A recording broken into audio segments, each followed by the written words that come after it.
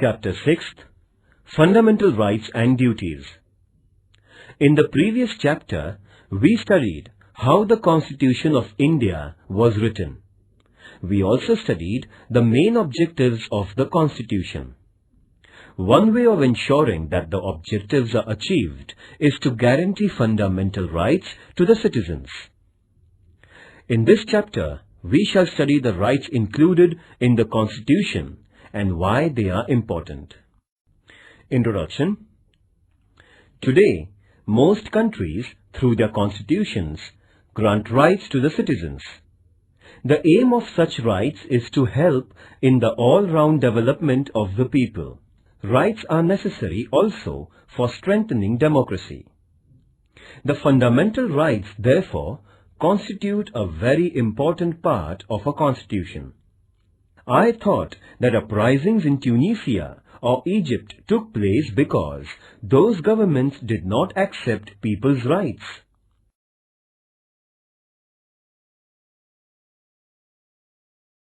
A. What is a right? When we say that a person has a right, we mean that the person can engage in a certain act and that others accept that behavior. Having a right also means that the person can expect specific behavior from other persons and from the government.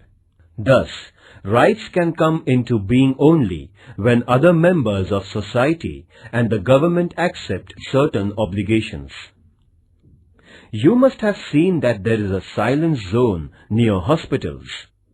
This is a regulation local authorities declare that you cannot blow horns while passing through the silence zone.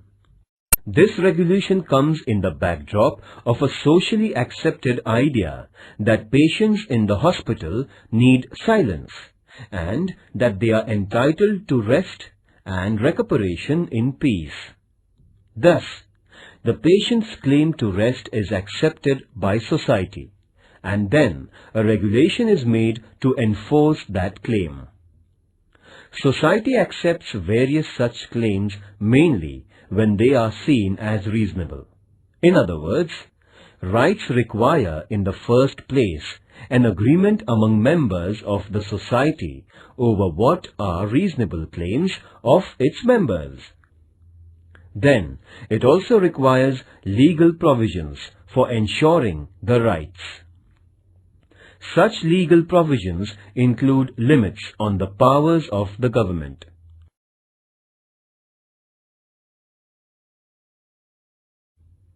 As you will learn later in Standard 10th, limits on the powers of government are seen as an important component of democracy.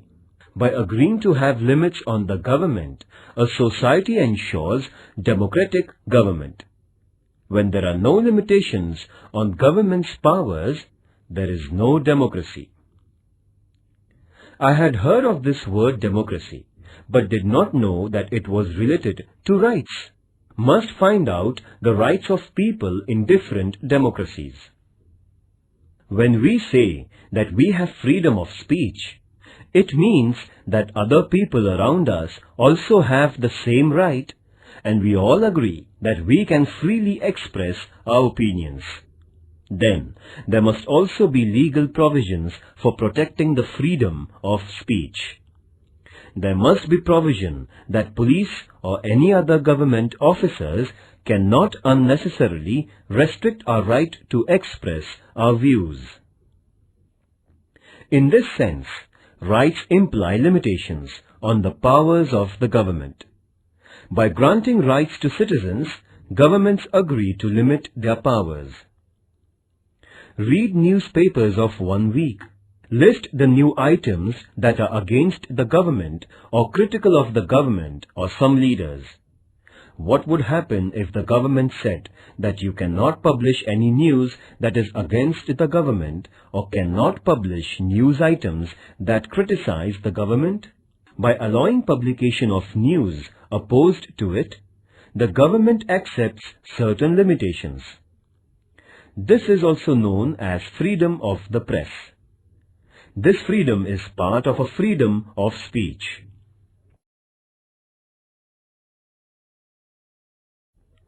But granting these rights was not an easy or straightforward process. In many countries, people engaged in struggles with their rulers for long periods before they could get their rights. When the Constitution of the United States was written in 1787, the idea of rights also existed. But that Constitution originally did not mention any rights because makers of that Constitution felt that rights are already there and do not need mention in the Constitution. But on the demands of citizens, a Bill of Rights was subsequently included in the US Constitution, that is, in 1791. Since that time, it has become customary to include rights in the Constitution of a country. The Constitution of India includes a detailed list of rights. These are called fundamental rights. This means that these rights are of fundamental importance. They are so important that the government cannot take away these rights. Long back in 1215, the British monarch had to agree to some restrictions over the monarchical powers. This agreement is famous as the Magna Charta, a charter agreed by the king. Even after this, there were many struggles in England between the people and the monarch. Those struggles resulted into many more limits on the powers of the king or queen. Ultimately, these struggles led to democracy and acceptance of citizens' rights. In 1776, the American people declared their independence from England. That declaration is known as the Declaration of Independence, in which it was asserted that certain rights of human beings were inalienable, meaning that nobody could take those rights away. Similarly, the French Revolution of 1789 also underlined the importance of rights through the Declaration of Rights of Man and of the Citizens. The French Revolution led to abolition of the monarchy and the rise of democracy in France. In what way rights are related to democracy?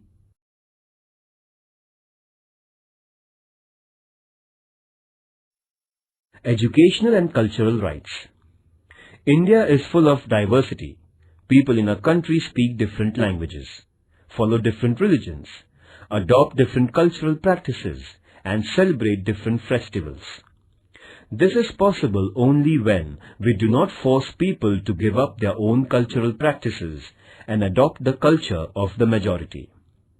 In every part of the country, some cultural or linguistic groups will be in a minority. Do they have to follow the culture of the majority? Freedom means that minorities should be free to adopt and practice their own culture. The Constitution has guaranteed such cultural diversity by protecting educational and cultural rights of minorities. A group belonging to language-based minority or religious minority will have the right to protect its culture and to form educational institutions.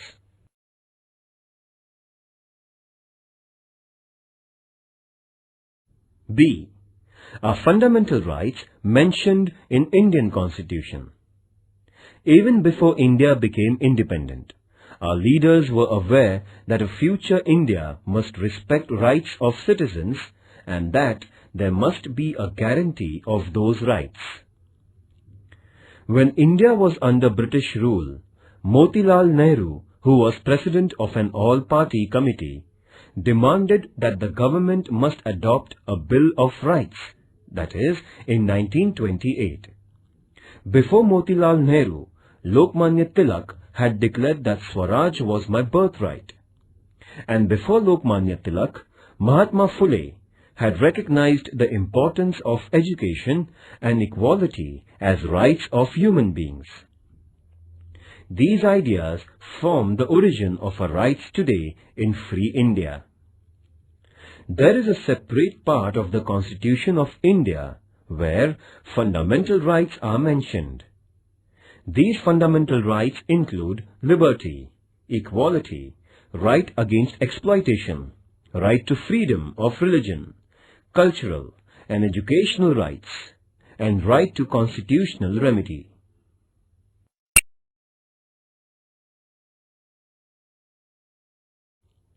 C. Human rights. It is now internationally accepted that every human being has certain rights. These are described as human rights. It is also accepted now that human rights should be adopted and guaranteed by every country, and necessary mechanism for protection of human rights should be created. In the year 1948, the United Nations adopted the Universal Declaration of Human Rights, 10th December 1948. This day is celebrated every year as Human Rights Day. Later, in 1966, the General Assembly of United Nations adopted the International Covenant of Economic, Social and Cultural Rights, and many countries have signed that agreement. According to the international norm, India has created the National Human Rights Commission in 1993. The Universal Declaration of Human Rights lists many important rights. These include individual freedoms such as freedom of speech, movement, etc., right to equality, cultural rights, and freedom of religion. Besides this, Declaration also includes wide-ranging rights such as right to work, right to rest and leisure, right to education, etc. The purpose is to ensure a balanced development of every individual and ensuring equal worth of all persons. Dignity and justice for all of us, this is the motto of the Universal Declaration of Human Rights. Activity. Using Internet, find out countries that have adopted the Declaration of Human Rights. For information about the number of countries that have signed the International Covenant, access the UN website.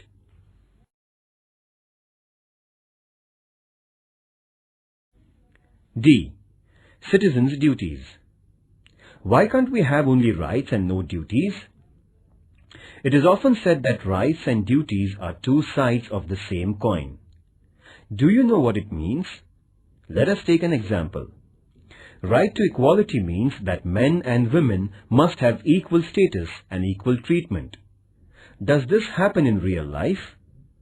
Unless all members of society respect this right and fulfill the duty of treating women as equal, this right will never fully come into being. Therefore, it is the duty of every citizen not to engage in domestic violence against women and to oppose ill treatment of women, because women are not treated equally and practice of female foeticide is prevalent. Is it not our duty to respect women as equal citizens? You will now understand why duties are important for the fulfillment of rights. Just as society must respect our rights, society expects that we accept certain responsibilities as our duties. Some duties are listed in the Constitution as a fundamental duties. These include to respect the Constitution, to respect national flag and national anthem, to protect the country, to adopt a feeling of brotherhood towards all citizens of India, to protect the environment, to adopt a scientific approach, etc. Is there punishment if these duties are not performed? Ecological balance. Human beings are dependent on environment for air, water, trees and minerals. If we use these natural resources indiscriminately, that leads to environmental degradation. Our present generation may be happy to use as many trees as it can cut down, but what will happen to later generations? Already, over-exploitation of natural resources is leading to crises such as drop in rainfall, rise in temperature, and many other environmental hazards. This only shows the importance of duties. It is not our duty to use the natural resources carefully, think of others, and think of our future generations. Activity. Obtain a copy of the Constitution of India and make a list of fundamental duties. Discuss in your class why these duties are important. I can now see the link between rights and duties. Unless we are bound by the duty to protect our environment, how can later generations enjoy the benefits of forests and fresh air and other natural resources?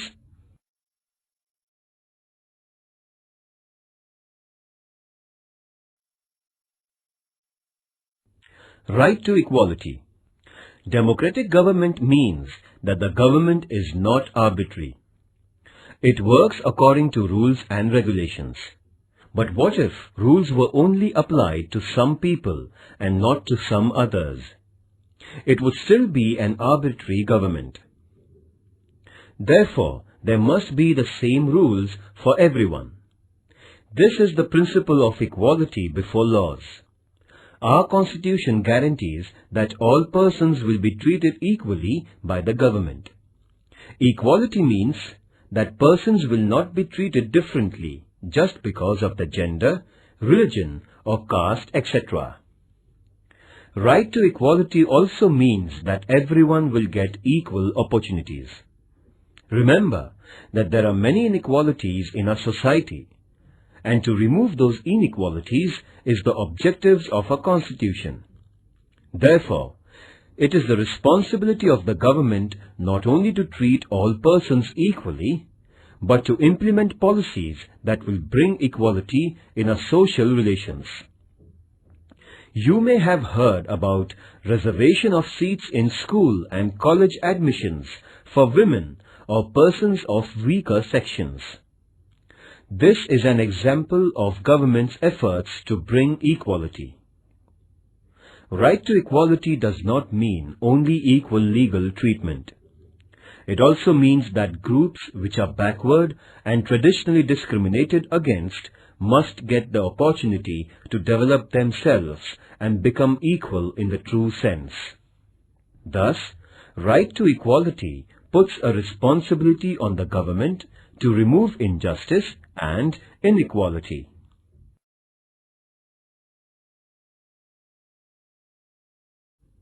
Right to freedom of religion. In India, people follow different religious practices, but the government does not support or oppose any religion. Every person is free to follow any religion and pray according to her or his religion and also propagate their religion. The government will not differentiate between persons of different religions only on ground of their religion. And because there is no religion which is the official religion of our country, government or government-aided institutions will not force us to follow any particular religious practice. Government also does not itself preach any religion or give religious education in schools aided by it.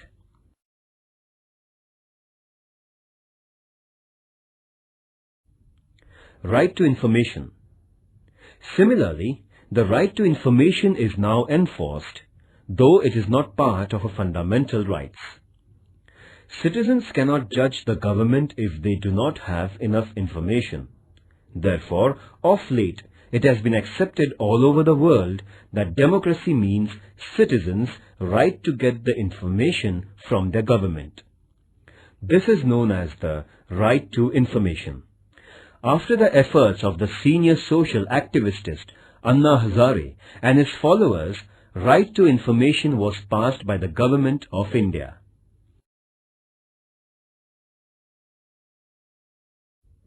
Right to liberty. Right to life is one of the most important rights of the individual. Our Constitution guarantees this right. It means that even the government cannot take away our life or cannot arrest us without reason and without legal procedure. But merely a guarantee of life is not enough. As human beings, we want to live a meaningful life. We want to do things we like. We want to develop our personality, follow our hobbies, pursue our own interests. For this to become a reality, we need an assurance that there won't be unreasonable restrictions on our personal liberties. Freedom of speech is one of the most important personal liberties. Besides, we have the liberty to form associations and organize meetings. We also have the freedom to move freely in different parts of the country and reside anywhere in the country. And we have the freedom to undertake any profession or business of our liking.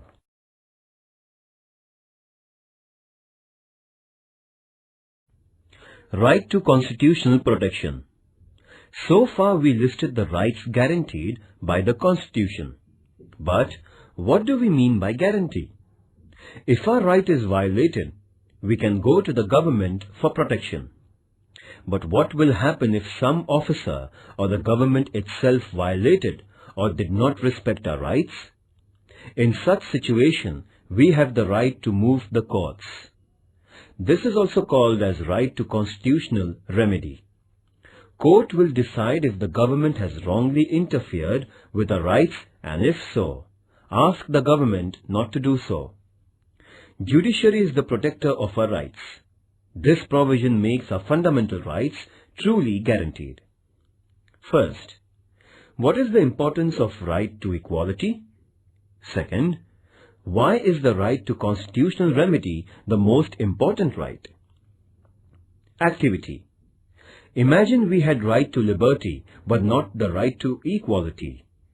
What would be the result?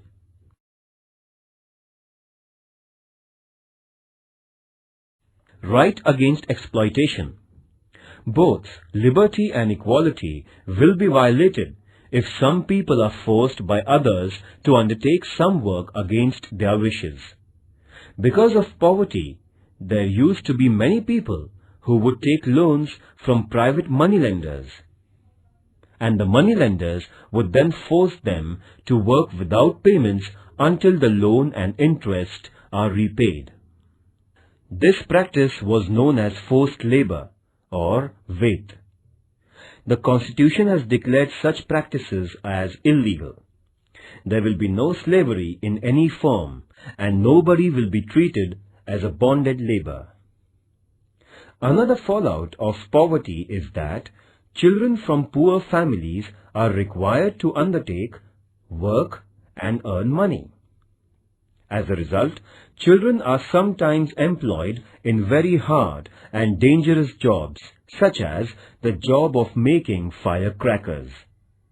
The Constitution has banned such practices because these involve exploitation of children. Children below the age of 14 years of age cannot be employed in hazardous jobs.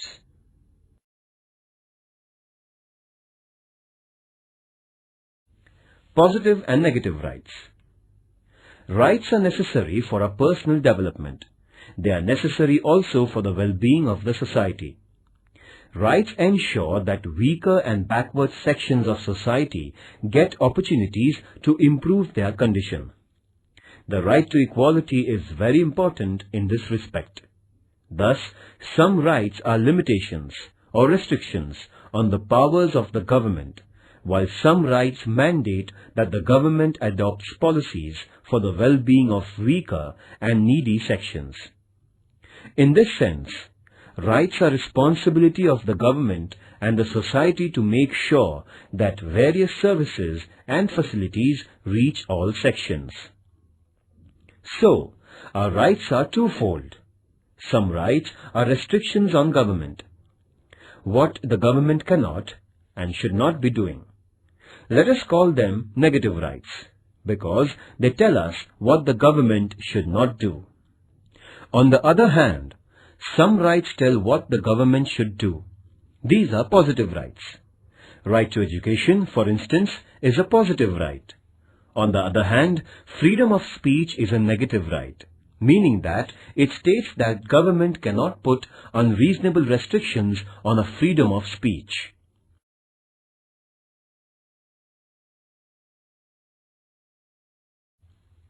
Other rights. The idea of rights does not stop only at fundamental rights.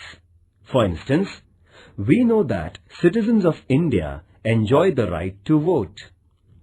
This right is not listed in fundamental rights, but it is part of our constitutional rights. Even after the Constitution was written, the scope of our rights has been expanded. For example, we now have the right to education. Under this right, all children between the age of 6 and 14 are entitled to education. Activity. Collect the information about right to education. Discuss in your class the importance of right to education.